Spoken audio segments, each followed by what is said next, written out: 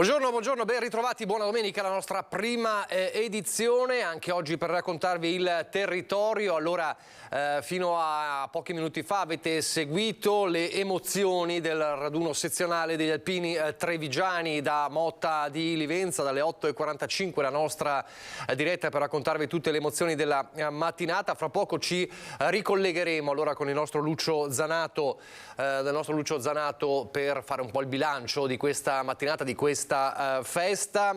Ringrazio fin d'ora Alessandro Granziera e Mattia Pizzaia in regia. Prima però di tornare da Lucio a Motta di Livenza, la cronaca come sempre in primo piano, e la cronaca ci porta a Casale sul Sile con una drammatica vicenda, una 14enne che con due amici coetanei sale sul capannone di un edificio abbandonato, uno stabilimento abbandonato, e una parte del tetto, un lucernario, crolla e il ragazzo precipita per quasi 15 metri, è gravissimo, in ospedale. Una sfida, un gioco, una bravata, saranno i carabinieri a cercare di stabilire il perché di un dramma così assurdo. L'unico fatto certo per ora è che un 14enne versa in gravissime condizioni all'ospedale di Treviso, precipitato per 15 metri dopo che il lucernario di un capannone abbandonato ha ceduto sotto il suo peso. Casale sul Sile è una comunità sconvolta per quanto accaduto ieri sera poco prima delle 20 tra via San Michele e via Riviera Fornaci. Lo scenario è quello dello stabilimento Fofano Ceramiche, un grande complesso abbandonato da tempo. Ideale per un blitz lontano da occhi indiscreti, avrà pensato il gruppetto di 3 ragazzini che si è introdotto in zona. Gli adolescenti hanno raggiunto una scala che conduce sul tetto e si sono arrampicati. Qui non è ancora chiaro cosa abbiano fatto. Di certo, mentre il 14enne camminava sul tetto, si è portato su un lucernario in vetroresina che è crollato all'improvviso, facendolo precipitare per quasi 15 metri. I giovanissimi coetanei sotto shock hanno chiamato i soccorsi, sul posto anche i carabinieri. Il ragazzino con lesioni molto gravi, soprattutto agli arti superiori, è stato intubato e trasportato in elicottero in codice rosso all'ospedale Cafoncello di Treviso, dove da ieri sera si trova anche la sua famiglia, che vive ore di terribile angoscia. I carabinieri stanno sentendo i due suoi amici per ricostruire la vicenda. E ancora dalla Marca trevigiana un altro fatto inquietante di cronaca, l'abbiamo raccontato proprio ieri in diretta, il ritrovamento di questo cartello appeso a un albero con minacce di morte nei confronti della giovane consigliera comunale del gruppo di minoranza comune in rete Avidor, Beatrice D'Ariva. Il tuo posto è in cimitero. C'è stata un'ondata di solidarietà per la giovane consigliera. I carabinieri indagano anche su questa vicenda. Noi abbiamo sentito telefonicamente Beatrice D'Ariva per le sue impressioni. Ovviamente la paura è tanta. Sentiamo le sue parole. Non so più cosa pensare, a dire la verità, perché è la terza volta che succede. Una volta circa un anno fa e la prima volta, mi scusi, l'ho saputo sempre un anno fa, non me l'hanno detto subito perché la prima volta che è accaduto ero incinta. Non saprei a chi ricondurlo sinceramente, anche se un dubbio ce l'ho, ma è solo un dubbio mio. Non ho nessuna prova. Ho paura, quello che dico, sinceramente ho paura per me e per la mia famiglia. Ho già sporto denuncia ieri subito, appena sono venuta a conoscenza del fatto, e avevo sporto denuncia anche un anno fa contro ignoti. Ho pensato sia nell'ambito lavorativo, ma non ho nessuno screzio, insomma, con nessuno. Nell'ambito politico, come consigliere di minoranza, anche sinceramente non ho, sono successi i soliti episodi da consiglio comunale, ma niente di rilevante da poter ricondurlo a una cosa del genere. Ho veramente paura, dico, ho una bambina anche piccola e quindi sì, mi guardo sempre intorno adesso, già lo facevo l'anno scorso, col passare del tempo un po' era andato scemando, adesso che è ritornato, sì, che è riemerso questo episodio ieri, io ho di nuovo paura. Io spero che qualcosa riescano a fare i carabinieri e che fermino questa persona, perché sì, non è ammissibile una cosa del genere. Non posso pensare di aver paura di camminare nel mio paese. Queste le parole dunque di Beatrice D'Ariva. Ancora dalla Marca, un altro intervento dei carabinieri, vediamo questa immagine. Ad Asolo un ciclista 42enne da Loria che è caduto in bicicletta riportando un grave trauma facciale. L'hanno portato in ospedale a Castelfranco in ambulanza, sul posto la pattuglia dei carabinieri della stazione di Asolo. Adesso dovremmo riuscire a ricollegarci, chiedo lumi alla regia, con il nostro Lucio Zanato e poi continuiamo ovviamente con la cronaca. Eccolo qua, lo vedo. Ciao Lucio, Ciao Lucio, allora operativo dalle 8:45 di questa mattina, che giornata è stata? È stata una grande giornata, come è sempre una grande giornata quando ci sono gli alpini, però siccome siamo a rompete delle righe, voi sapete che gli alpini non perdono tempo, allora con il nostro Sandro Ponchio intanto vi facciamo vedere il terzo tempo, si direbbe in rugby, ma in realtà il terzo tempo è una cosa un po' diversa. Allora mentre con Sandro Ponchio stiamo cercando di vedere vediamo il terzo tempo, sto cercando di capire dove è finito, perché bisogna seguirlo sempre con gli occhi il presidente Marco Piovesan per avere il suo primo commento, però ovviamente abbiamo fatto tempo a lasciare un po' indietro l'occhio che subito il presidente è sparito. Allora aspetta che vado subito dal cerimoniere per capire dove c'è qua. Eccolo qua. Allora intanto comincio col cerimoniere. Dov'è il presidente Piovesan? È già sparito? È già sparito. È già sparito dentro? Sì, è andato a fare il momento conviviale. Allora però volevo farvi vedere ancora una volta questo, perché allora il cerimoniere ha ricevuto questo dopo 6 anni di esperienza. Certo. Tanto cosa vuol dire essere cerimoniere per gli alpini quando si fanno queste adunate? Perché bisogna tenerli tutti allineati, coperti. Fare il cerimoniere è un bel impegno e ci vuole tanta forza di volontà, cuore, passione e dopo sapere anche fare le cose, e non è facile, dobbiamo confrontarci ogni giorno con tantissime persone di caratteri diversi, ma comunque tutti alpini, tutti uniti, e nell'arco di questi 6 anni ci siamo migliorati molto e abbiamo cercato di fare il nostro meglio come oggi.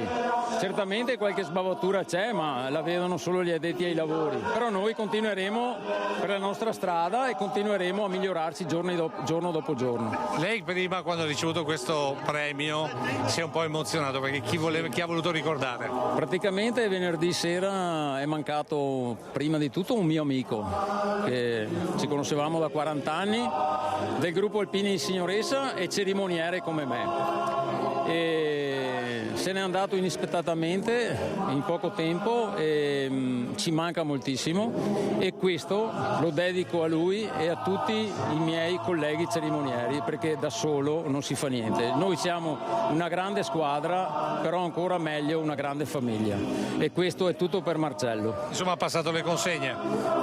Sì, così. E niente, cercheremo comunque di lavorare ancora sodo e di adoperarci come cerimonieri, ma con Marcello e per Marcello. Grazie. Aspetta, che però bisogna prendere anche Raffaele Panno, il past president, anche Raffaele Panno.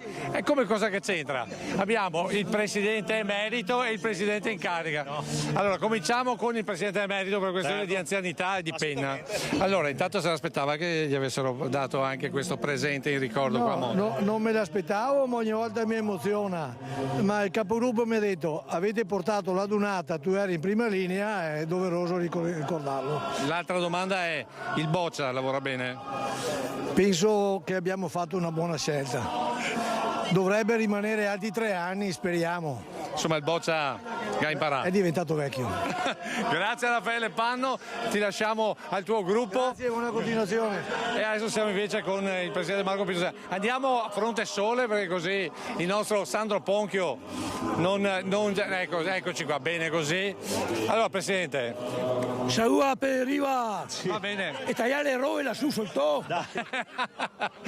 Ecco, vabbè, questo è lo spirito alpino. Allora, presidente Piovesan, soddisfatto di questa giornata? Sì, molto soddisfatto, tantissima gente, tantissima partecipazione, 3 giornate impegnative per il gruppo di Mota, per la sezione di Treviso, per la parte della protezione civile, e oggi si è coronato veramente un buon compleanno, veramente. Ecco, va detto, 89 gruppi, un impegno che continua per la marca, ma non solo, abbiamo visto proprio tutta la sezione di protezione civile, i gialli con la penna nera. Sì, ne abbiamo oltre 450 volontari che giornalmente sono sempre attivi all'interno dei propri gruppi, all'interno del paese per aiutare chi ha bisogno, comunque sempre anche informazione, perché la cosa veramente importante è la formazione, essere preparati ad ogni evenienza e non lasciare nulla al caso. Ecco, poi il senso di gruppo. Durante l'omelia l'officiante ha detto, no? Gli apostoli sono ritrovati tutti in gruppo per fronteggiare la perdita del maestro nell'omelia proprio dal Vangelo, e ha fatto l'analogia con i gruppi alpini che si trovano insieme per fronteggiare ogni volta le difficoltà e i pericoli.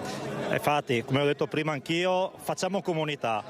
L'Associazione Nazionale Alpini fa comunità, è una grande famiglia, però oggi abbiamo dimostrato in questi 25 anni con la protezione civile a Motta di Livenza veramente cosa vuol dire fare comunità, essere assieme all'amministrazione proprio per creare un qualcosa assieme. Ecco, però Presidente, lei ha toccato anche il tasto dolente della mancanza di nuovi alpini. Questo è un tasto dolente, sì, però abbiamo altre carte da giocare, ci crediamo, con i campi scuola cerchiamo di dare un futuro alle nuove generazioni, passando i nostri valori, i nostri fondamentali che ogni giorno noi cerchiamo di dimostrarli con la vita quotidiana.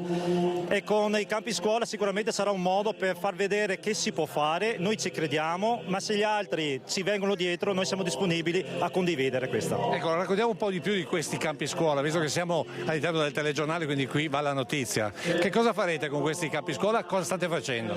Allora, per il secondo anno ne faremo 12 in tutta Italia, saremo anche in Sardegna, oltre che la Sicilia. Faremo partendo da metà luglio. Ogni campo scuola raggrupperà più o meno dai 40 ai 50 ragazzi, dai 16 ai 21 anni, che passeranno 15 giorni assieme agli alpini per condividere e fare un po' di vita di naia, tra virgolette, di caserma, e per creare quel senso di comunità, vivere in comunità. Ecco, per chi dice che l'esercito non c'entra, che tutto questo non serve a nulla per i giovani? Non ha fatto la naia. Noi abbiamo fatto la naia non volontari, però costretti, tra virgolette. Poi ci siamo portati a casa un grande valore che difficilmente non si può comprendere, non si può spiegare. È il passaggio dalla fanciullezza all'età matura? Assolutamente sì. Se entra ragazzi, se escono uomini. E questo forse è il più grosso dei valori alpini. Grazie al Presidente Piovesano. No, fermo. Prossimo appuntamento?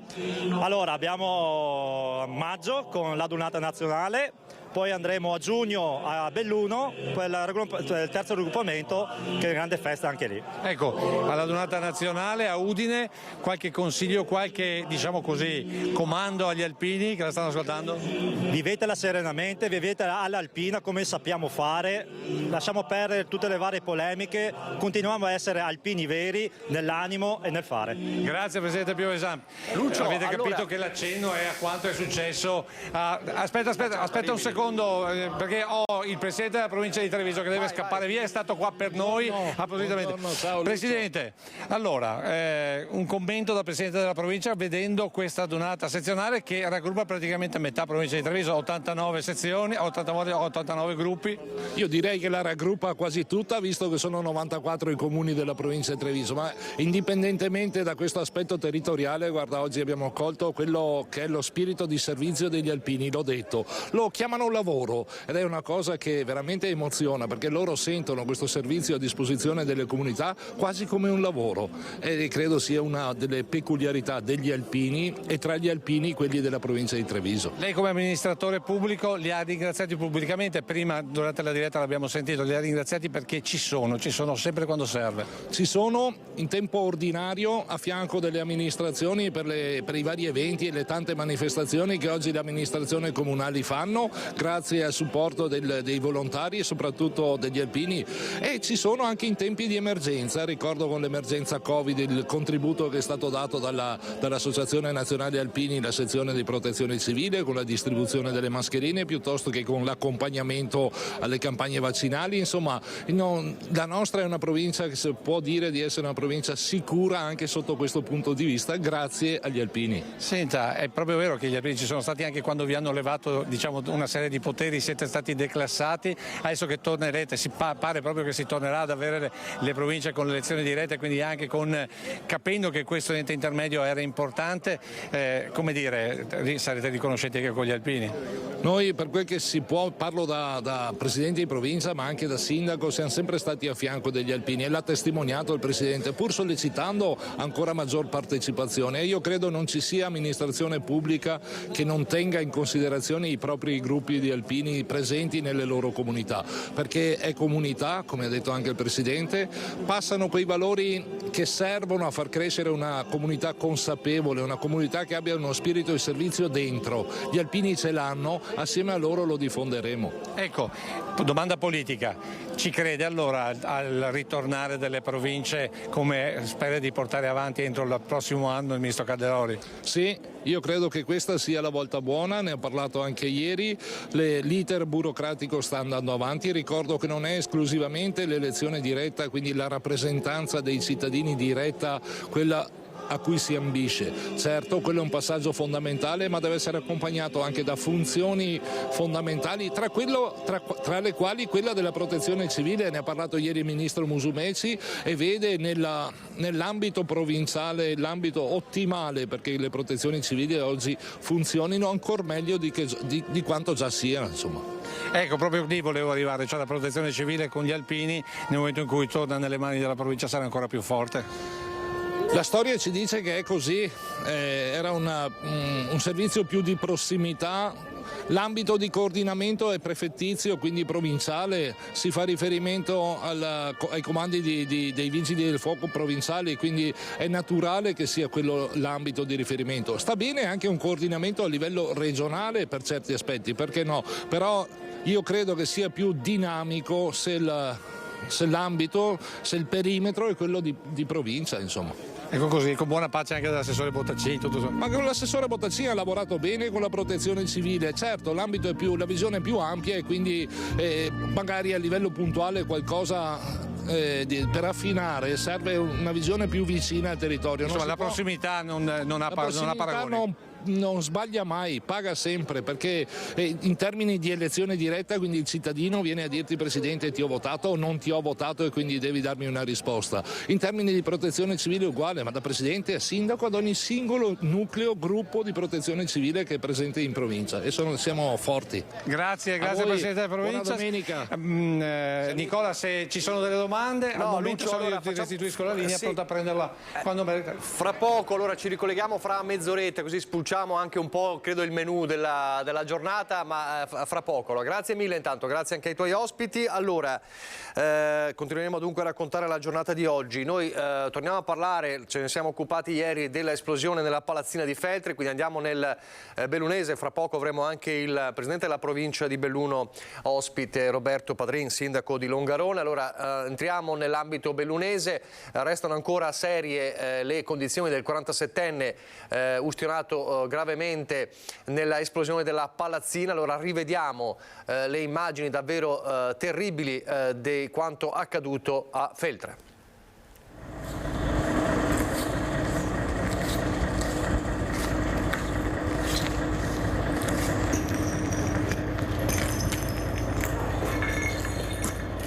Un forte boato, io ero sul divano, ero nell'appartamento in fianco a quello che è stato sventrato.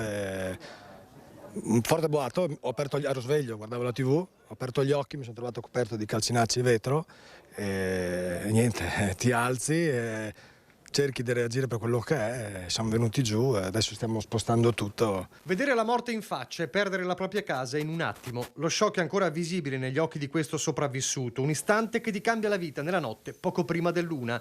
Via Leandro Fusaro, Farra di Feltre, un complesso residenziale che ora sembra bombardato come in guerra. Il disastro nasce da un appartamento al primo piano dove vive un 47enne. Sotto di lui, tra gli altri, una famiglia con 4 bambini. Saturazione per una fuga di gas, primo accertamento al quale segue in queste ore l'indagine. E basta una probabile scintilla per scatenare l'esplosione. Il boato, l'edificio sventrato, mura, calcinacci e mobili schizzati fuori come proiettili, urla e panico. L'uomo investito da profonde ustioni, tutti gli altri nei vari appartamenti sono sotto shock e coperti di polvere e frammenti, ma riescono a uscire indenni, compresi i bimbi. L'allarme immediato sul posto le squadre dei Vigili del Fuoco da Feltre e Belluno, i carabinieri, il SUEM, l'amministrazione, tra i primi ad arrivare l'assessore ai lavori pubblici. La situazione era di panico riguardo di loro, diciamo. Per fortuna c'era un grande presidio di carabinieri, di vigili del fuoco, un attivismo, tutto è stato messo subito sotto controllo. Certo che poi vedere le persone che sono costrette a recuperare i propri averi in una casa, cioè da un momento all'altro cambia la vita completamente e non è poco, insomma. Il 47enne da Belluno viene ritrasportato al centro grandi ustionati di Padova. Non è in pericolo di vita. Nel frattempo l'area viene transennata e interdetta la fornitura di gas ed elettricità. Una notte impossibile da dimenticare. La conta drammatica parla di 12 appartamenti danneggiati pesantemente, oltre a quello del ferito, e 22 persone evacuate e miracolosamente illese. Una strage sfiorata.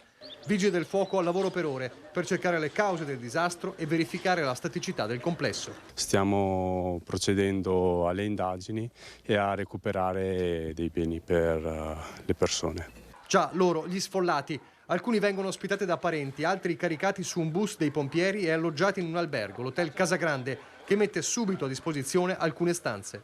Impossibile per i sopravvissuti non gettare uno sguardo a quella palazzina distrutta che fino a poche ore fa era la loro casa. Appena finito il traslocare, oltretutto 10 giorni che ero qua io. C'è un disastro, veramente un disastro. E il sindaco di Feltre, Viviana Fusaro, ha parlato di un vero e proprio miracolo che non ci sia stata una strage. Nel frattempo il comune si è attivato immediatamente per dare una sistemazione agli sfollati. Sentiamo le sue parole. Davvero credo siamo stati i nostri cittadini tutti perché colpisce tutti un episodio di questa gravità, siamo stati fortunati, direi quasi un miracolo davvero. Un plauso a tutti coloro i quali si sono impegnati e in particolar modo alla dottoressa Ilaria De Paoli, che è responsabile dell'azienda feltrina, che già a quest'ora praticamente ha sistemato tutti gli evacuati. Abbiamo una parte presso un albergo, abbiamo già visionato una serie di appartamenti di proprietà dell'azienda feltrina e quindi praticamente tutti sono stati sistemati. I vigili del fuoco hanno recuperato le loro cose private eccetera, perché qui evidentemente si tratterà di parecchio tempo, perché poi ci saranno tutte le verifiche eccetera. Quindi da qui ad allora sarà compito dell'amministrazione comunale, tra virgolette, ospitarli in situazioni di vita normale? Sì, questo è un nostro dovere, che fosse meno mai un nostro dovere. Noi abbiamo la fortuna di avere questa collaborazione, ripeto, con l'azienda feltrina e poi tutta la giunta si sta impegnando e siamo riusciti appunto già a trovare delle situazioni adeguate per queste persone che non siano... Però l'albergo non può essere per una soluzione a lungo termine, ovviamente. No, infatti adesso già una parte di queste persone si trovano presso alloggi e per quanto riguarda l'albergo, che dobbiamo ringraziare perché subito questa notte insomma si sono attivati, vediamo di poter trovare situazioni e soluzioni ulteriori adeguate insomma per tutti, perché soprattutto sotto c'era una famiglia con 4 bimbi e questi li abbiamo sistemati immediatamente e lei poi immagini che psicologicamente anche vedremo se sono da seguire, perché è stato uno shock insomma. Così ieri ai nostri microfoni la sindaco Fusaro. Ancora da Belluno un'altra vicenda che riguarda il tema delle trascrizioni dei figli delle coppie omogenitoriali. Vediamo. 2 donne che si amano, stanno bene insieme e decidono di avere un figlio attraverso l'inseminazione artificiale in Spagna per poi tornare nel comune del Bellunese dove vivono e lavorano. È successo una decina d'anni fa con tanto di trascrizione anagrafica del bimbo con i cognomi delle madri, ma nel 2018 è iniziato un percorso giudiziario che torna ora di prepotenza in primo piano dopo quanto accaduto a Padova in queste settimane. Mentre nella città del Santo però la magistratura ha finora soltanto deciso di approfondire il caso delle trascrizioni anagrafiche dei figli delle coppie arcobaleno, creando un dibattito rimbalzato in tutta Italia, a Belluno si era già andati oltre. La Procura Dolomitica si era mossa in questa direzione nel 2018, quando venne presentato il primo ricorso contro la trascrizione dei cognomi delle 2 mamme. Alla fine del 2020 il Tribunale aveva accolto il provvedimento del PM disponendo la cancellazione, decisione confermata nel 2021 dalla Corte d'Appello. Ora la coppia, assistita dall'avvocato Maurizio Paniz, si è rivolta alla Cassazione che dovrà decidere il prossimo mese. Il legale mette subito le cose in chiaro. La Procura ha agito nell'ambito della legittimità perché la norma attualmente non prevede la trascrizione, ma l'elemento chiave è un altro. Quello che a me interessa non è tanto la discussione se sia legittimo o non legittimo che due persone dello stesso sesso vogliano o non vogliano un figlio. Io mi pongo solo dalla parte del bambino e ritengo che per un bambino sia molto meglio avere due genitori che non averne uno soltanto. Questo è il punto fondamentale, anche perché l'esperienza, conoscendo perfettamente la situazione, mi insegna che questa è una casa dove regnano serenità ed amore, e questo è un dato assolutamente confortante. Dal mio punto di vista la problematica si pone perché, essendo trascorsi dall'inizio della vicenda ormai circa 7 anni, mi pare che sia oltremodo dannoso per il bambino intervenire cambiando il cognome, visto che questo rappresenta il suo riferimento obiettivo verso l'esterno. Quindi credo che il danno sarebbe peggiore rispetto al mantenimento delle norme. Se anche la Cassazione confermerà la decisione dei primi 2 gradi di giudizio, la vicenda sarà portata al Tribunale europeo per i diritti dell'uomo. In realtà si tratta di una forzatura, dal mio punto di vista, molto limitata, perché è una forzatura per la legge italiana, ma non una forzatura per la normativa europea, la quale normativa europea tutela in tutti i paesi della comunità questo tipo di situazione. E in realtà il magistrato dovrebbe tener conto che la normativa europea prevale sulla normativa nazionale. Ancora dal bellunese, perché ieri la visita importante del presidente del ministro della protezione civile Nello Musumeci a Longarone. Ci stiamo avvicinando ormai al 60° della tragedia del Vajont. Anche per un ministro ci può essere una prima volta, ed è quello che è accaduto a Nello Musumeci visitando Longarone e i luoghi simbolo di una tragedia prossima a compiere 60 anni. Recandosi prima nel cimitero di Fortogna, poi sulla diga del Vajont. Io so cosa significa perdere un familiare. Non riesco a immaginare quello che migliaia e migliaia di persone abbiano vissuto quella notte. Il senso di impotenza delle istituzioni. Allora il soccorso non era collegiale, non c'era un impianto sistemico come quello di cui disponiamo oggi. Si interveniva con grande buona volontà, il lavoro che hanno fatto i vigili del fuoco già allora è stato straordinario e già allora il volontariato si manifestava, seppur disorganizzato. Fu su quella tragedia che dopo 18 anni nacque la protezione civile con il ministro Zamberletti. E poi la diga, sempre intatta, sempre come allora, con alle spalle la montagna franata. Immagini che colpiscono chi non le aveva mai viste, e Musumeci, ascoltando le spiegazioni del presidente della provincia di Belluno, dell'assessore regionale alla protezione civile, del sindaco di Erto, non ha fatto eccezione. È una tempesta di emozioni, naturalmente.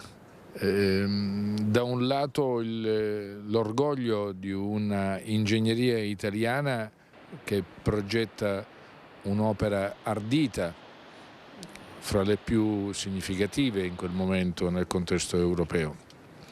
E al tempo stesso il ricordo di quelle migliaia di persone innocenti per una valutazione forse errata, e comunque io sono convinto, resto convinto che questi luoghi vanno visitati al di là della spinta emotiva che determinano, perché servono a convincerci della necessità della prevenzione strutturale. Così il ministro, adesso pochi istanti di pubblicità, poi ripartiremo e parleremo anche delle elezioni amministrative.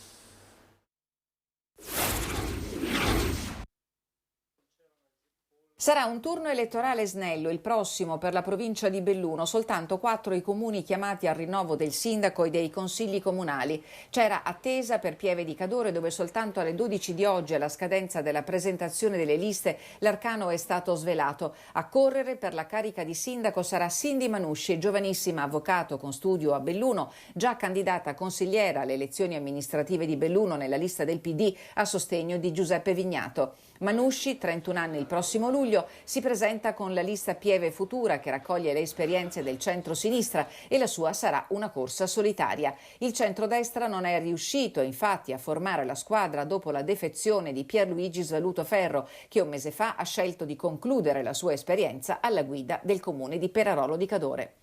Candidati unici anche per gli altri comuni al voto. A Canale d'Agordo ci proverà il vice sindaco uscente Massimo Murer. Anche in questo caso la minoranza uscente, rappresentata da Fiocco De Ventura, ha scelto di non ripresentarsi. A Cencenighe il candidato è il sindaco uscente Mauro Soppelsa, che correrà con la medesima squadra. A Sospirolo ha deciso a ritentare il bis anche l'attuale primo cittadino Mario De Bon, sostenuto dalla lista Progetto Sospirolo. La novità di questa tornata sarà il quorum al 40%, dopo l'abbassamento della soglia di 10 punti approvata al Senato lo scorso 1 marzo. Così ieri Tiziana Bolognani ci raccontava alla chiusura delle liste la situazione del voto a Belluno. Ne parliamo, perché ne parliamo? Ne parliamo perché vorrei sentire una opinione dalla nostra ospite con il quale parleremo di tante cose. Lo saluto, lo ringrazio, buona domenica al Presidente della Provincia di Belluno e Sindaco di Longarone Roberto Padrin. Buongiorno. Buongiorno a tutti, buongiorno. Allora, i titoli insomma anche dei giornali sono abbastanza indicativi nella giornata di oggi nel bellunese: più seggi che candidati, elezioni senza sfidanti. Allora, è un problema così della comunità montana, oppure è un problema della ricerca di candidati sempre più difficile nella politica amministrativa del Veneto e italiana, oppure c'è davvero una particolarità nella zona montana?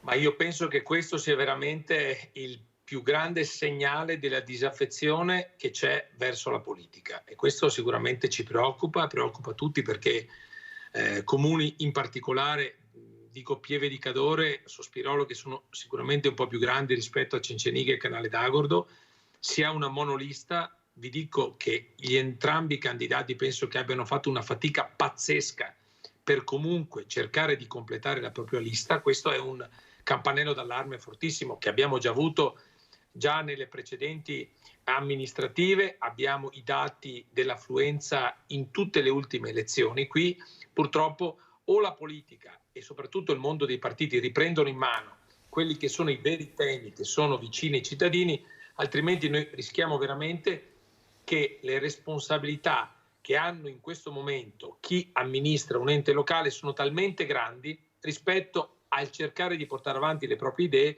che andiamo verso veramente una situazione drammatica per il futuro. Qui le fusioni di comuni non saranno a dire sì o no alla fusione, qui saranno obbligatorie se andiamo avanti di questo passo. Ecco, è un problema che riguarda la disaffezione. Lei dice è difficile trovare dei candidati, è difficile mettersi in gioco perché è difficile fare il sindaco? Perché è difficile? Perché le responsabilità sono tante. Non la mettiamo dal punto di vista economico, perché in questi anni i governi che si sono un po' succeduti hanno cercato un po' di ridare qualche risorsa in più anche ai sindaci dei piccoli comuni, ma qui ci troviamo di fronte veramente a una quotidianità diventata sempre più difficile, che secondo me la pandemia ha anche acuito, cioè non c'è più pazienza anche nelle persone, quindi chi ha un problema e non trova una soluzione nel proprio sindaco, a quel punto lì poi sapete che ci sono anche i mezzi social che aiutano a creare tensioni, a soprattutto anche polemizzare anche su cose, diciamo così, futili e banali. Questo sicuramente non aiuta una persona che vuole avvicinarsi a questo mondo, e soprattutto ci dice: ma chi te lo fa fare a subire tutto questo senza poi il vero motivo qual è?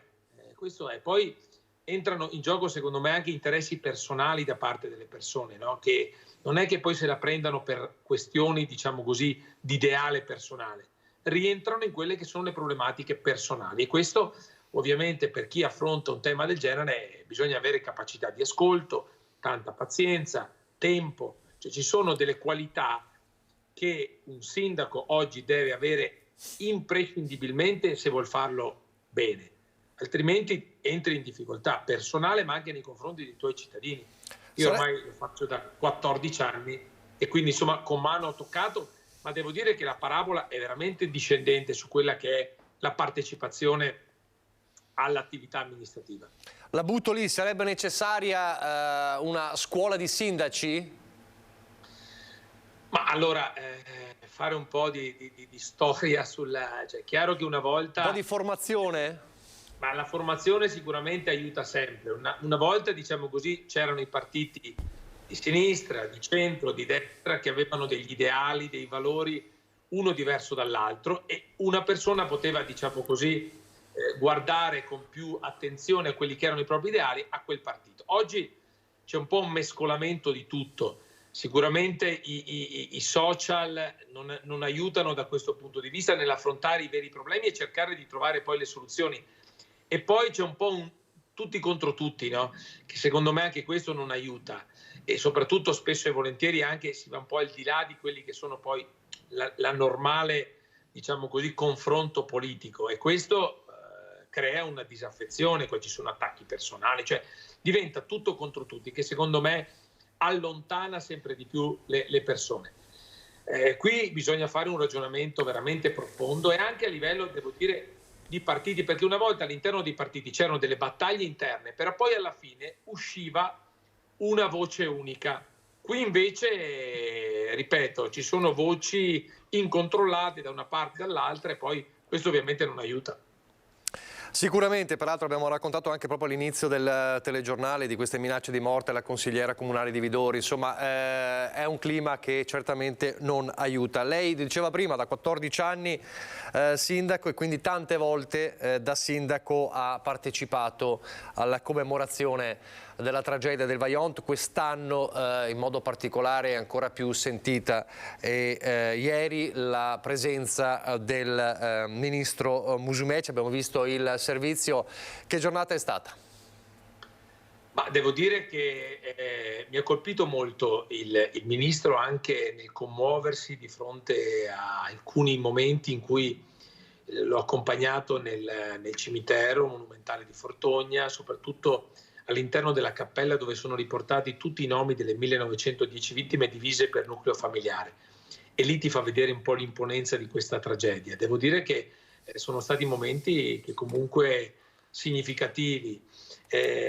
Voglio subito un po' mettere le mani avanti, perché poi anche in questo contesto ci sono le solite critiche di chi dice che poi queste autorità fanno una passerella, ma non è così. Cioè, abbiamo un ministro per la protezione civile che non era mai venuto nei luoghi della memoria del Vajont, e che quindi ha voluto conoscere. Io l'ho incontrato all'assemblea dell'ANCI a Bergamo nel novembre scorso, gli ho parlato, poi l'ho rincontrato a Roma a dicembre, e insieme abbiamo convenuto che era importante dare un segnale di presenza del governo, ma anche suo personale, a una vicenda che lui ricordava, aveva 8 anni, e lo ha ricordato, che era molto ancora nella sua mente viva.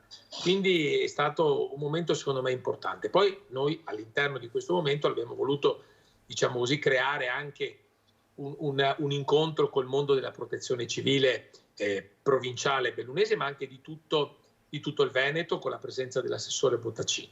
Poi abbiamo fatto un incontro anche con le province, perché ho invitato un po' tutti i rappresentanti delle province del Veneto, e anche lì abbiamo fatto un confronto sul tema della protezione civile, che è un tema sicuramente che ci tocca da vicino, nel capire anche di stare attenti a stravolgere sistemi che funzionano, dove bisogna dare secondo me dei ruoli precisi a tutti, ai comuni, alle province, alle regioni e al governo. E quindi da questo punto di vista lui è pienamente d'accordo. E poi abbiamo concluso con l'inaugurazione della Fiera Caccia, Pesca e Natura, che anche quello è stato importante, perché dobbiamo far vedere che nella nostra provincia c'è questo quartiere fieristico che funziona, che anche questa manifestazione sta dando degli eccellenti risultati di pubblico, ma che abbiamo bisogno dell'aiuto e del sostegno di tutti. Quindi devo dire che queste presenze aiutano a ricordare, perché quest'anno è un anno, come giustamente dicevi tu, particolare. Forse è l'ultimo grande anniversario, diciamo con lo zero, dove abbiamo ancora in vita tanti superstiti, tanti sopravvissuti, tanti soccorritori, ed è un po' un ricordo e un gesto di riconoscenza e gratitudine verso tutte queste persone da un lato, ma poi, come giustamente ieri il ministro ha focalizzato, deve essere anche il Vajont un esempio di prevenzione, di un esempio di cosa l'uomo non deve fare contro i propri simili. Ci stiamo avvicinando piano piano a quel 9 ottobre, quindi vogliamo ricordare un po' come sarà quest'anno il ricordo, la commemorazione della tragedia del Vajont.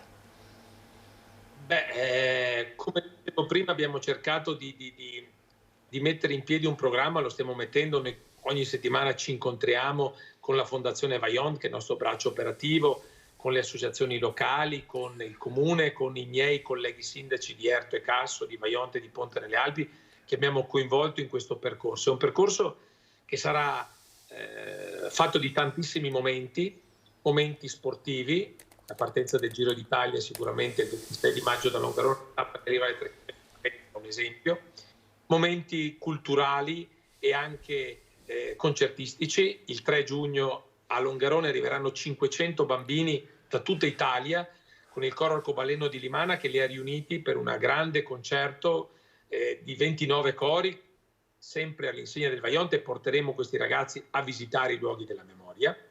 Ci saranno poi tantissimi raduni, gli artiglieri, i bersaglieri che ci hanno chiesto di venire qui, e poi il momento clou sarà quello, diciamo, fine settembre, primi di ottobre, c'è l'Assemblea Nazionale dei Geologi d'Italia, ci sarà due concerti molto suggestivi, il Requiem di Mozart e anche il concerto della fanfara della Brigata Cadore in diga.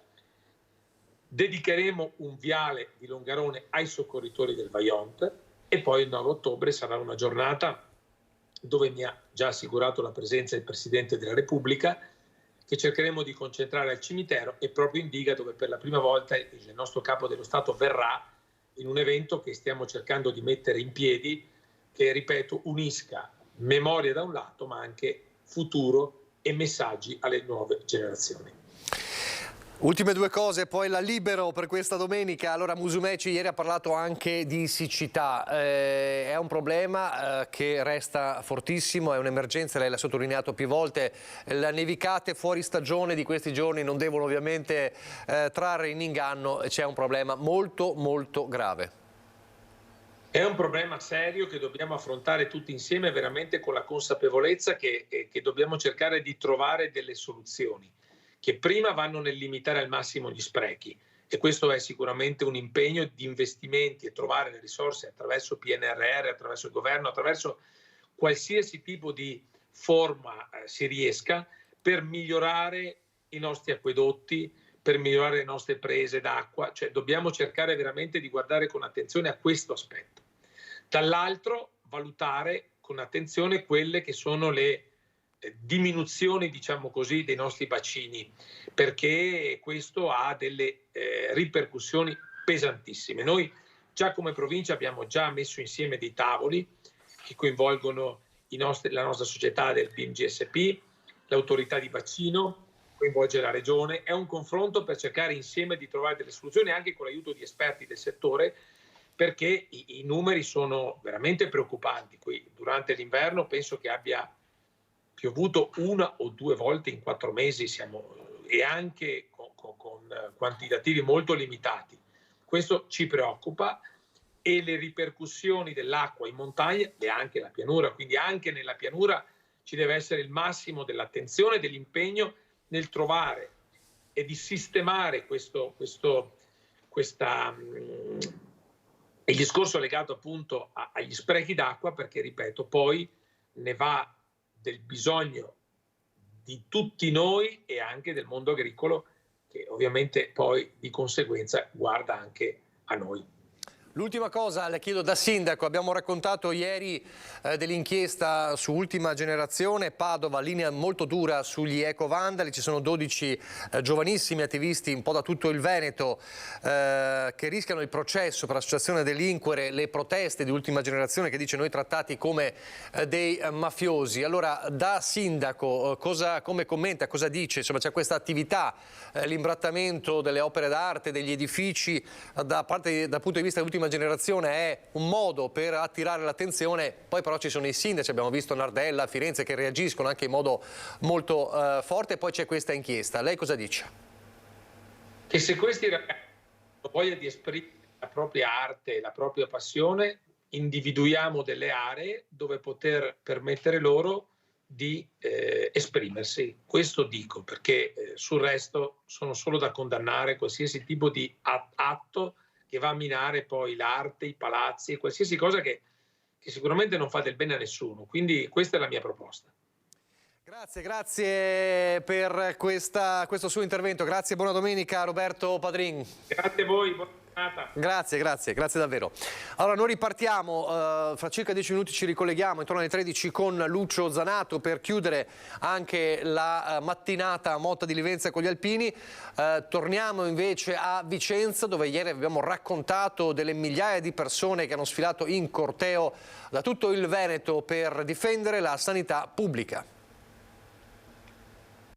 Erano migliaia a Vicenza a manifestare a favore della sanità pubblica, oltre 6.000 le persone stimate dagli organizzatori, associazioni del territorio, sindacati, cittadini da tutta la regione chiamati a raccolta in un corteo organizzato dal Coordinamento Veneto Sanità Pubblica che ha attraversato la città dalla stazione a Corso Palladio a Campomarzo per sottolineare le criticità della sanità e sensibilizzare le istituzioni. Problematiche rilevate sono tante e riguardano i vari aspetti del Servizio Sanitario Nazionale, da quello territoriale a quello domiciliare a quello ospedaliero. Ci sono stati dei tagli che hanno colpito sia le zone periferiche e quindi più fragili, quelle montane per esempio, sia le città più importanti, compresa Padova, Verona, Vicenza, eccetera. Criticità che vanno dalle liste d'attesa alle spese sanitarie. Questo è un problema importante, e cioè che il cittadino debba ricorrere ai servizi della sanità privata con i costi che ne conseguono, e questo esclude delle larghe fasce della popolazione dal diritto alla salute che sarebbe sancito dalla Costituzione. È una situazione gravissima e in progressivo peggioramento. Tra le difficoltà evidenziate nel Vicentino, quella relativa alla carenza dei medici di base. È molto sentito il problema della carenza dei medici di base. Ci sono tanti cittadini che non hanno più un medico e da altri centri che stanno chiudendo un po' in tutta la provincia. Quindi questa è una priorità assoluta. Un cambio di passo per le politiche nazionali e regionali in tema di sanità è l'appello e la raccolta firme partiti dal palco vicentino. Altre voci della giornata di ieri nel prossimo servizio. Il problema è legato essenzialmente ai tempi di prenotazione di determinati esami, visite specialistiche. C'è un problema allargato alla medicina di base, al medico di famiglia, che oramai stanno sparendo tutti, e quindi è un problema strettamente sociale. Ho visto che si sono spesi dei soldi per costruire degli ospedali e non tanto per i servizi veri e per il personale, insomma. Abbiamo perso troppo delle nostre prerogative, abbiamo perso troppo dei diritti che avevamo acquisito, ed è ora di scendere in piazza, di recuperare tutto quello che abbiamo perso e di salvare quel poco che c'è rimasto. La sanità pubblica sta perdendo la sua importanza ed è fondamentale riappropriarsi di questa fondamentale struttura pubblica. La sanità, come recita la nostra Costituzione, è un diritto fondamentale di tutti i cittadini e quindi non deve essere a pagamento, non devono avere una sanità soltanto i ricchi, soltanto chi può, ma la sanità deve essere libera, accessibile a tutti. Dobbiamo avere più medici, stiamo perdendo medici, stiamo perdendo servizi e quindi siamo qua per questo. A proposito di sanità, l'inchiesta sui falsi Green Pass in un centro medico privato di Treviso, lo sapete, tra gli indagati c'è anche un uomo eccellente, quello dell'ex prefetto di Treviso Marrosu. C'è un richiamo all'etica che arriva dal direttore generale dell'ULSS 2 Marca Trevigiana, Francesco Benazzi.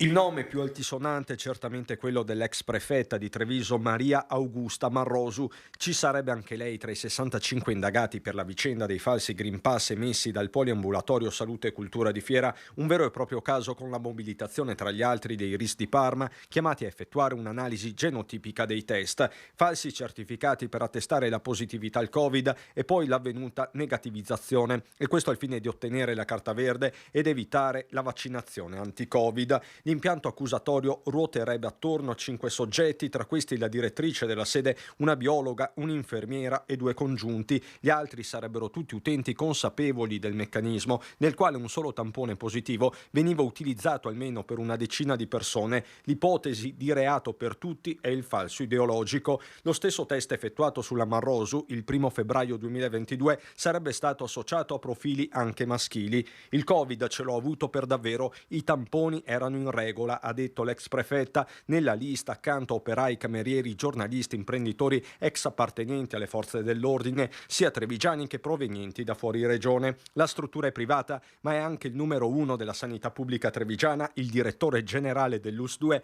a sperare che si faccia chiarezza. Chiedo che i colleghi sostanzialmente rispettino queste regole etiche, anche perché uno si laurea in medicina, si laurea in infermieristica, si laurea in ospedalità, quello che è, deve ovviamente rispondere poi a delle scelte deontologiche. Se non lo fanno, gli ordini hanno la competenza per poter sospendere, diffidare, eccetera. Credo che questa sia la strada, cioè se no uno non fa questo mestiere ne fa altri. Quindi lei si augura ovviamente che si faccia piena luce anche proprio per tutelare il buon nome della maggior parte dei sanitari. Sì, credo di sanitari e anche del centro stesso, che credo non abbia nessun interesse ad avere una pubblicità di questo tipo. Sul fronte Covid, da registrare le parole di oggi di Matteo Bassetti, direttore della clinica malattie infettive ospedale Policlinico San Martino di Genova e presidente della Società Italiana di Terapia Antinfettiva, in merito alla prossima scadenza, il 30 aprile, dell'obbligo di indossare la mascherina negli ospedali, negli ambulatori e negli studi medici. Il governo Meloni, come sapete, ha prorogato fino al 30 aprile l'obbligo e dice Bassetti: mi auguro non si prolunghi l'obbligo di mascherina nelle strutture sanitarie, anche se in situazioni dove è consigliata e opportuna continuerà a utilizzarla e chiedere agli altri di farlo. Dobbiamo però uscire, dice Bassetti, dalla dimensione dell'obbligo. È il momento di trattare il SARS-CoV-2 come altri virus simili. Farlo avrebbe ricadute positive su molti aspetti che appesantiscono l'organizzazione ospedaliera, legate ad esempio ai tamponi. Quindi l'auspicio di Bassetti è che non si vada oltre il 30 aprile per l'obbligo di mascherine in ospedale. Siamo davvero a pochi giorni da questa scadenza. Lasciamo la sanità, torniamo alla cronaca, torniamo a raccontarvi nel servizio di Christian Arboit il salvataggio di un 75enne che si trovava all'interno di una casa che aveva preso fuoco per una termocoperta. 2 uomini l'hanno salvato, tra questi un vigile del fuoco fuori servizio che poi è rimasto anche ferito. Ho fatto quello che qualsiasi vigile del fuoco avrebbe fatto, continua a dire Vittorino Liessi, il pompiere professionista che ha salvato la vita del 75enne Francesco Taffarel. Sono da poco passate le 7 del mattino in via Colvendrame a Refrontolo, quando un uomo del posto che si sta recando al lavoro, Loris Zanet, nota il fumo provenire dall'abitazione dell'anziano. È lui ad attirare l'attenzione di Liessi, caposquadra dei vigili del fuoco conegliano, che sta sopraggiungendo a bordo della sua auto e si trova in quel momento fuori servizio. L'intervento è immediato, i 2 uomini si avvicinano alla casa del 75enne, il fumo esce dalla finestra del primo piano. Per raggiungerla, Liessi e Zanet recuperano dei tavolini dal cortile. Liessi ci sale sopra e raggiunge la finestra, il balcone è aperto e si sentono dei lamenti. Dopo aver controllato la temperatura dell'appartamento con un braccio, il vigile del fuoco decide di entrare. La coltre è pesante, l'aria irrespirabile. Nonostante questo, Liessi riesce a raggiungere un altro balcone e aprirlo. È a questo punto che il solaio crolla e il vigile del fuoco 50enne cade per alcuni metri nella cucina del piano terra, riporta delle scoriazioni e delle ustioni sul capo. Zanet lo soccorre con un asciugamano bagnato e Liessi ritorna al primo piano da Taffarel. Nel frattempo arrivano gli operatori da Conegliano, vigili del fuoco e SUEM. La dinamica viene confermata anche dal sindaco di Refrontolo, Mauro Canal. Mi diceva che appunto quando lui è saltato dentro il solaio evidentemente ormai forse consumato, parzialmente consumato dal fuoco, ha ceduto e lui si è ritrovato al piano terra.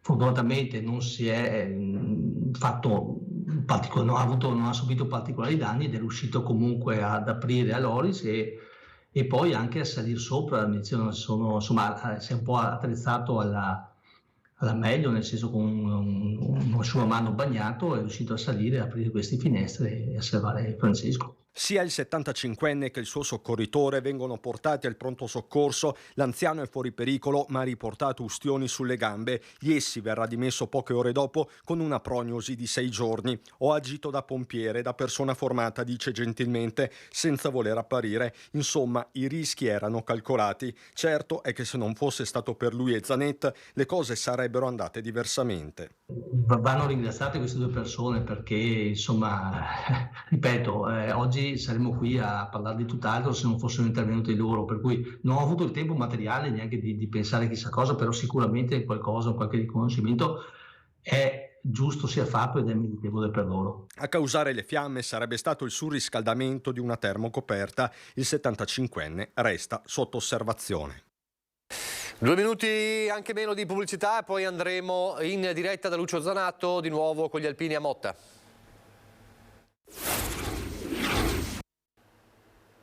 Rieccoci in diretta con la nostra prima edizione. Andiamo subito allora da Lucio Zanato, torniamo a Motta di Livenza per chiudere questa giornata di festa. Lucio, a te.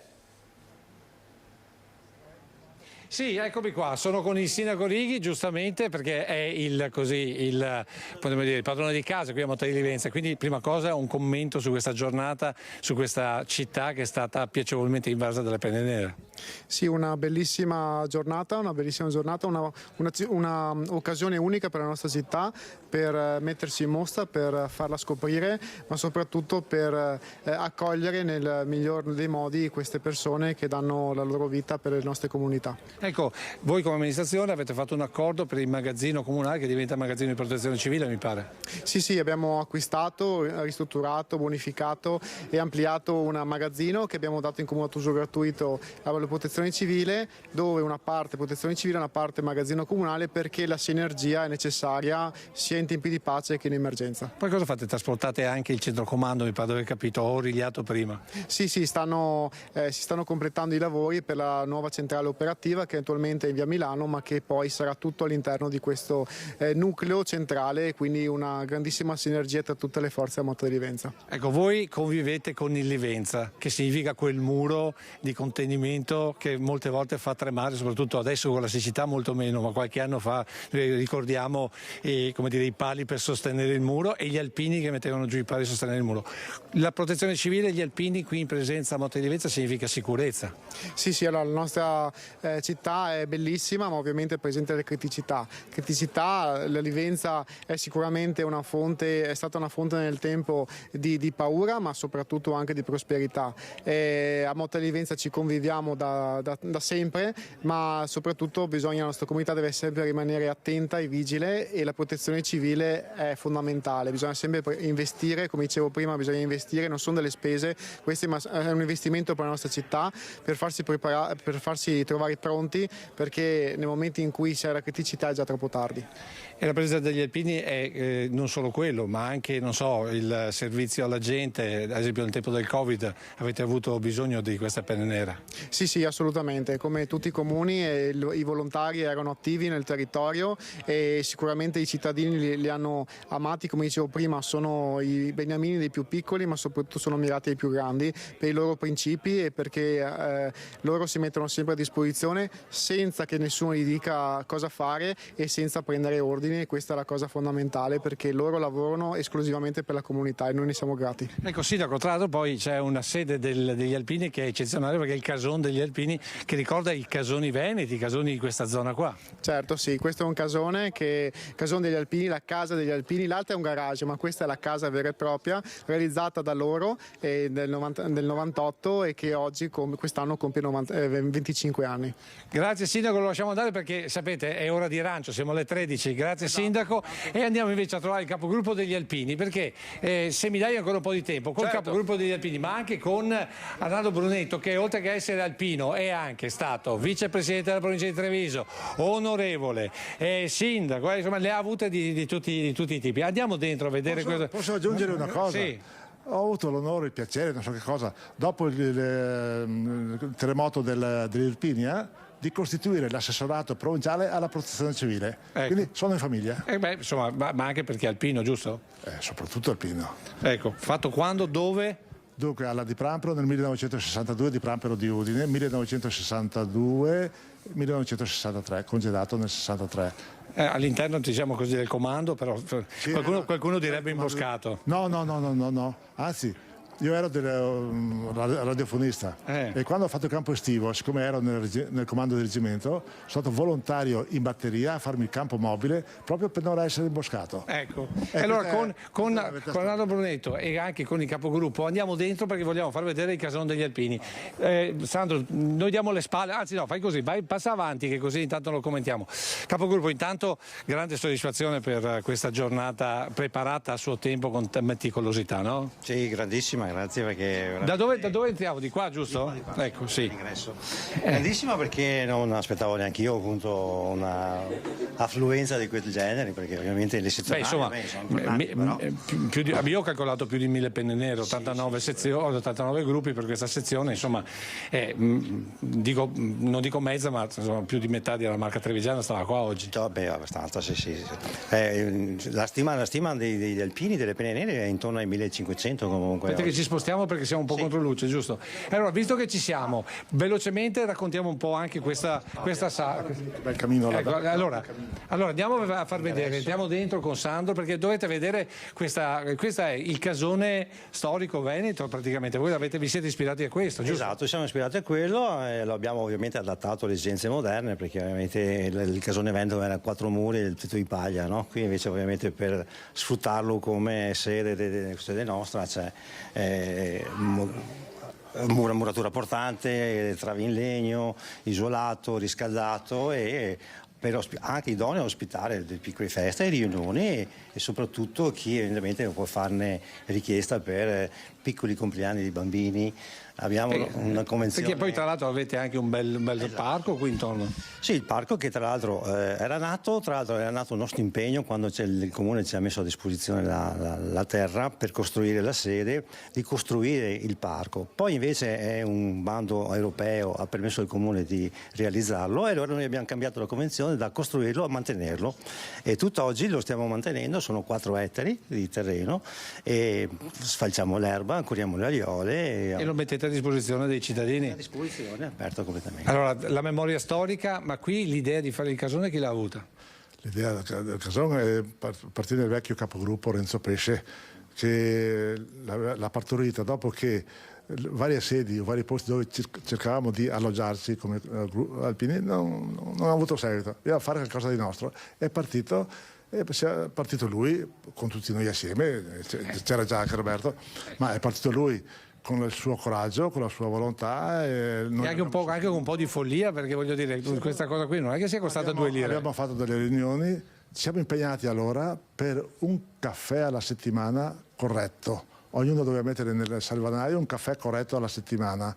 E da qui niente correzione, niente caffè, ma i soldi non sono fuori milioni. Variati milioni. Ecco. Assieme a questi, più l'aiuto di molti privati, più la volontà di tanti, un po' alla volta. Poi Roberto, quando è arrivato a fare il capogruppo, ha finito di pagare magari. Ecco, ma giusto per essere indiscreto, quanto costa una roba del genere? Oggi come oggi dovremmo essere intorno ai 200-250 mila euro. All'epoca noi come gruppo abbiamo speso 80 milioni. Quindi, e quante ore lavoro fate volontariamente dagli alpini? Non si contano? Non si contano. Allora, visto che non abbiamo tantissimo tempo, andiamo di sopra, perché la parte più bella forse sta proprio di sopra, no? Allora, andiamo avanti, diamo le spalle ai nostri telespettatori, ma vi garantisco che vale la pena. Primo, perché Sandro ci fa vedere questa scala intarsiata, che credo abbia avuto un bel lavoro di gente che si sapeva fare, giusto? Sì. E allora, adesso dove stiamo salendo? Stiamo salendo praticamente, sarebbe il sottotetto del casone vecchio, che noi invece lo abbiamo adibito a sala riunioni, sala ritrovo, e abbiamo sostituito appunto il vecchio cannucciato, così ho detto, del cason con delle perline, il tetto ovviamente superiore con le tegole, e qua ovviamente vengono svolte le assemblee, vengono svolte le riunioni importanti, non solo le nostre ma anche di altre associazioni, le assemblee di condominio, cose così, insomma. Ecco, Nicola, vale la pena vedere questa realizzazione, perché questa secondo me racconta un po' dell'impegno degli alpini nel territorio, perché è vero che loro si fanno, fra virgolette, la casa, ma è vero che poi la casa la mettono a disposizione di tutti. Esatto, era nato appunto, non per niente lo chiamiamo il centro sociale del Cason, perché lo abbiamo messo a disposizione della popolazione proprio per scopi appunto sociali, insomma, sostanzialmente. Ecco. Sulla faccenda che l'abbiamo costruito, l'abbiamo proprio costruito nel senso che tutto il legno che vedi l'abbiamo acquistato in Slovenia all'epoca, portato a casa, levigato, tagliato, dipinto, tinteggiato e montato.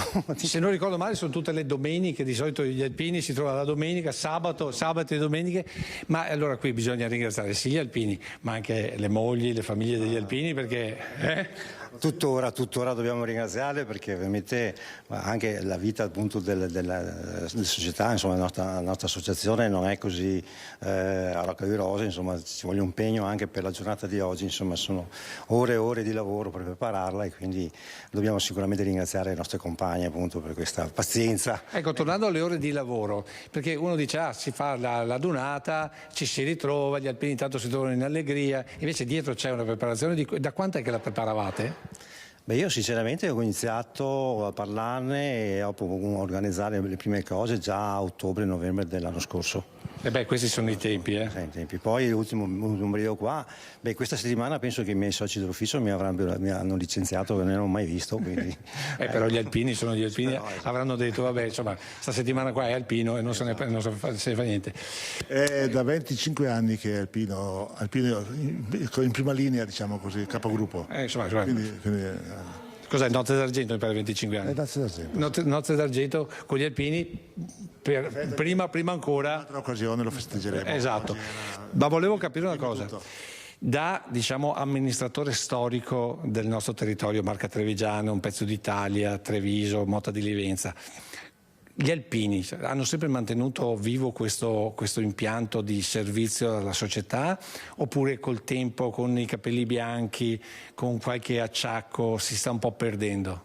Guarda, ti ricordo un'esperienza del Friuli 1976, quando l'America ha deciso di fare un investimento per le zone terremotate e voleva costruire o ricostruire delle aree che erano state distrutte, ha chiesto a Zamberletti: a chi ci rivolgiamo per poter spendere direttamente i nostri soldi?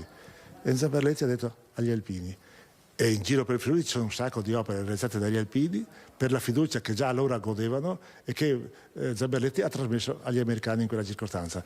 Direi che da allora ad oggi non sia cambiato niente, gli alpini sono sempre disponibili. E allora, con questo aneddoto, però, dando appuntamento alla donata nazionale che c'è a Udine, pronti? Tra un mesetto a Udine, sì. Avete già cominciato? Ha cominciato anche là a lavorarci appunto per questo evento nazionale che ci vedrà fra un mesetto. Ma dove siete accampati? Noi siamo accampati nella zona parco della Moretti, Parco Moretti più o meno. Ecco, insomma, se siete a ridosso... Sì, a ridosso del centro, insomma. Verremo a trovarvi allora, verremo a trovarvi. La chicca. Quella scultura. Ah, ecco, sì, facciamolo vedere, ecco, quella scultura lì. E qui, in questa zona, durante la prima guerra, c'era il cimitero austro-ungarico, proprio dove ci troviamo.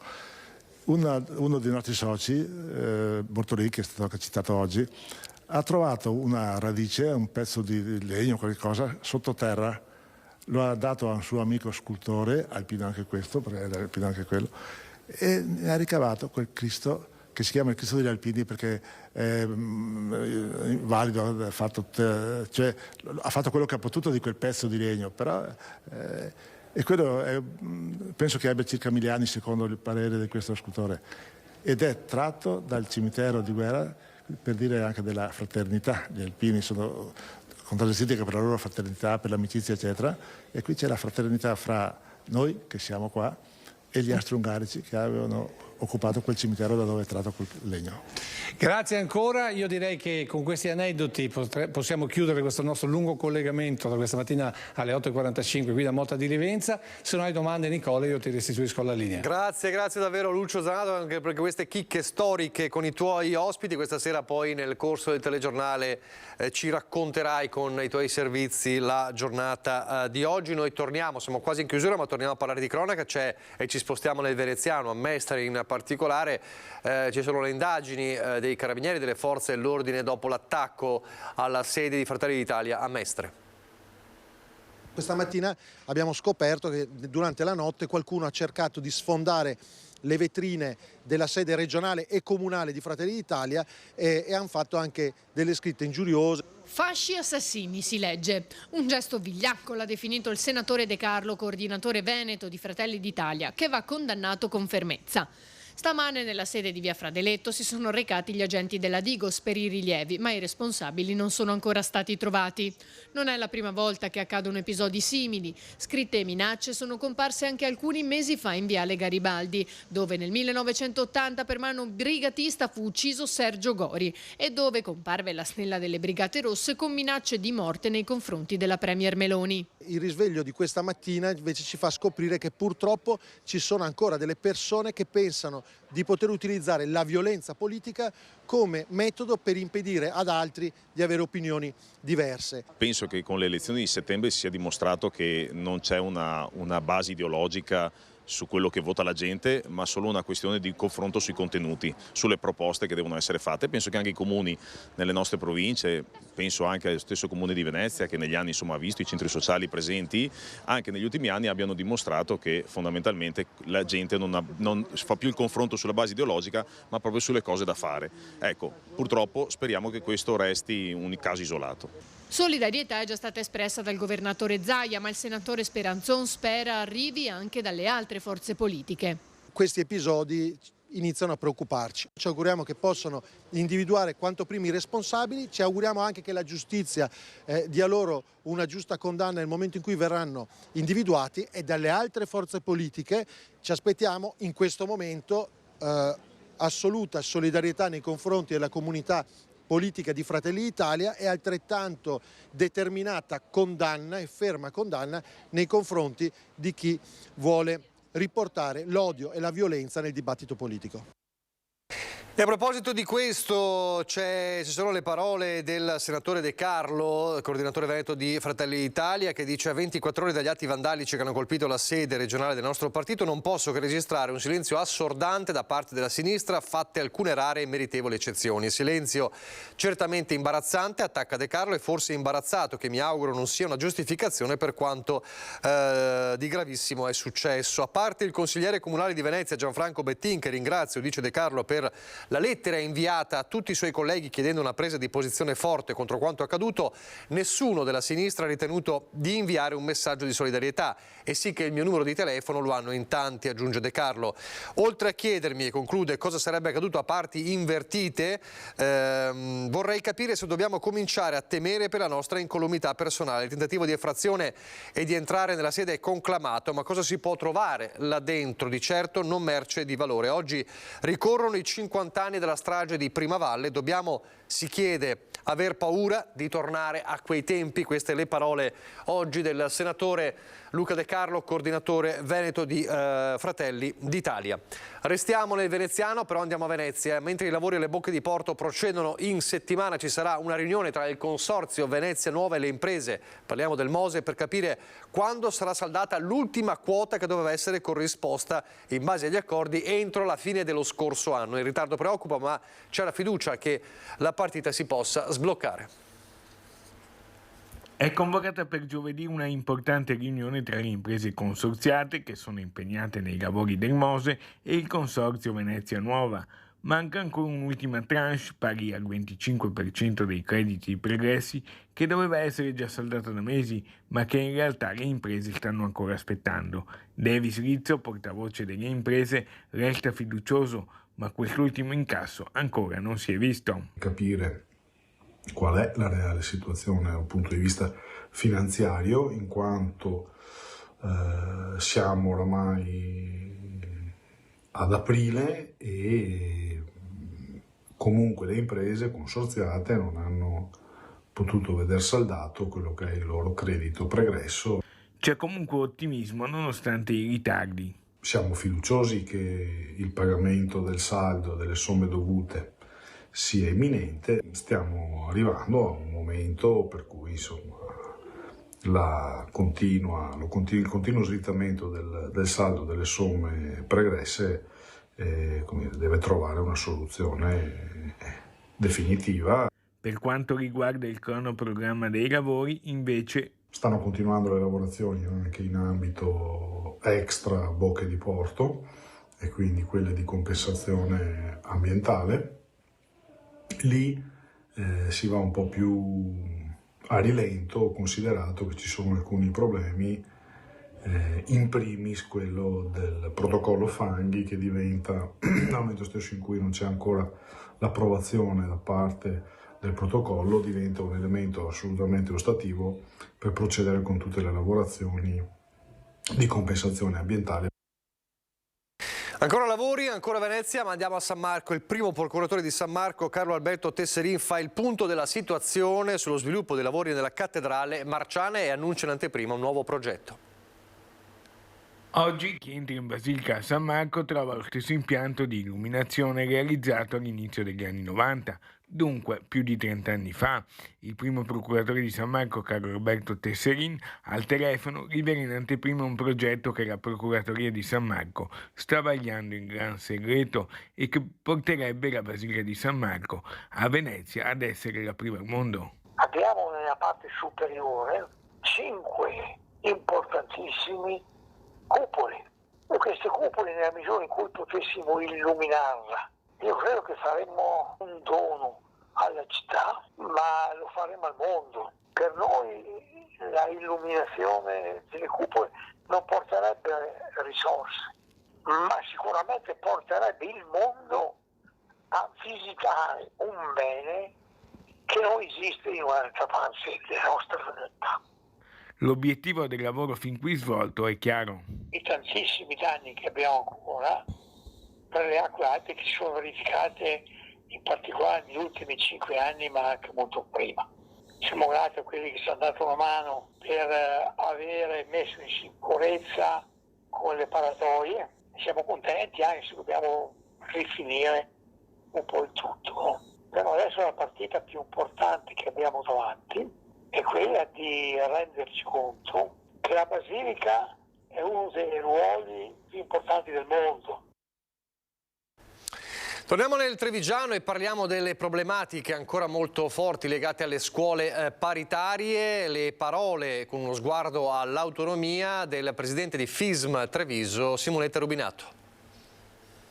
Ma fino ad oggi vedo molte resistenze e al momento vedo soltanto, ma questo lo dicono anche gli studiosi, la prospettiva di un mero decentramento amministrativo, che per carità può sempre essere utile in un paese complicato come l'Italia, ma l'autonomia legislativa di cui sto parlando io, soprattutto per il segmento 0-6 anni dell'infanzia, è uno scalino decisamente più su di quello che si sta cucinando in questo momento a Roma. La speranza è l'ultima a morire, sostiene Simonetta Rubinato, ma a 2000 giorni dal referendum per l'autonomia del Veneto, la riforma è ancora ad un livello procedurale e soprattutto lontana da quell'autonomia legislativa di cui avrebbe bisogno la Regione.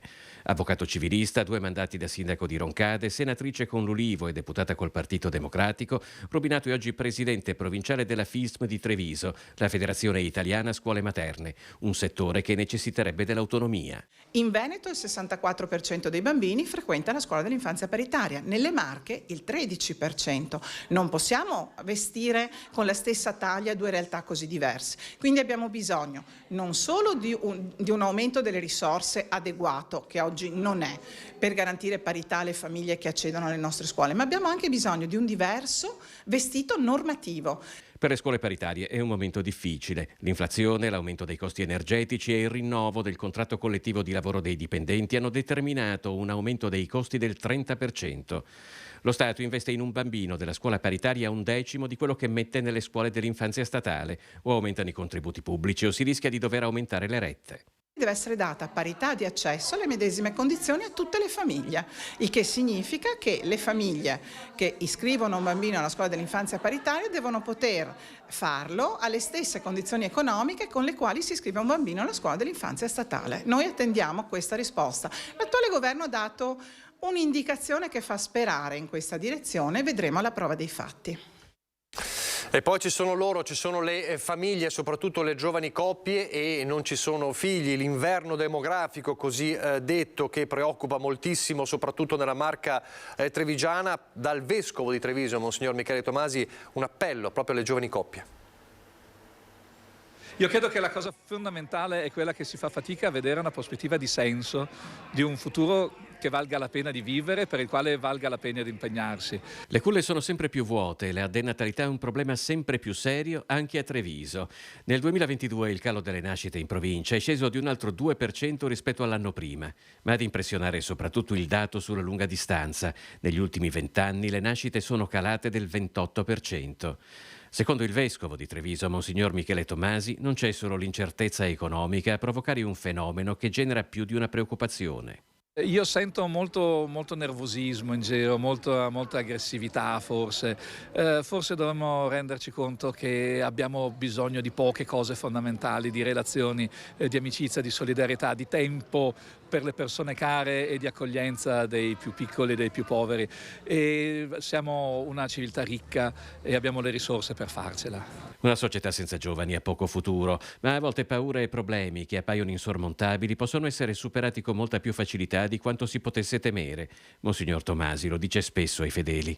Io intanto tendo a suggerire e a consigliare di osare speranza, perché il Signore poi non lascia mai da soli. E poi chiedo alle mie comunità cristiane, alle comunità cristiane del nostro territorio, di essere accoglienti, di aiutare, e chiedo anche alle istituzioni di fare quei passi che servono affinché poi queste persone trovino concreti aiuti, perché a parole non si fa molto. C'è bisogno di scuole, c'è bisogno di asili nido, c'è bisogno di una città sicura, c'è bisogno di tante situazioni che dobbiamo mettere loro a disposizione.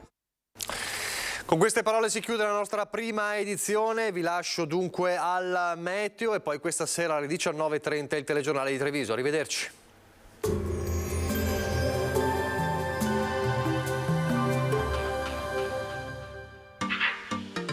Tremonti, attrezzature e materiale per saldatura professionale a Montebelluna.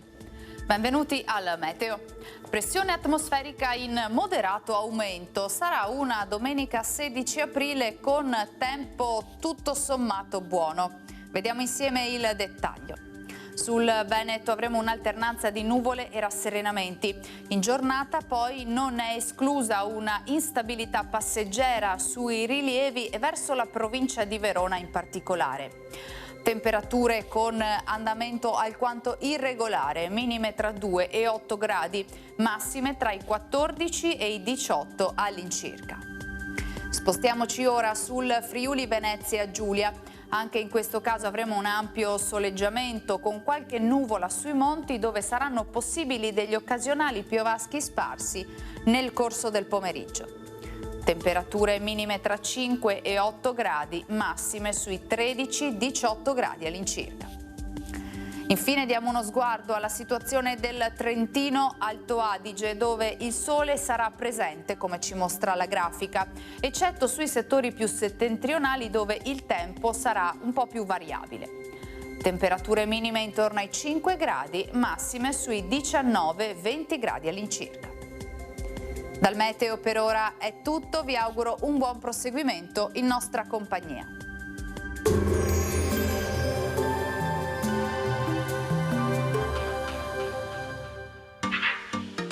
Tremonti, attrezzature e materiale per saldatura professionale a Montebelluna.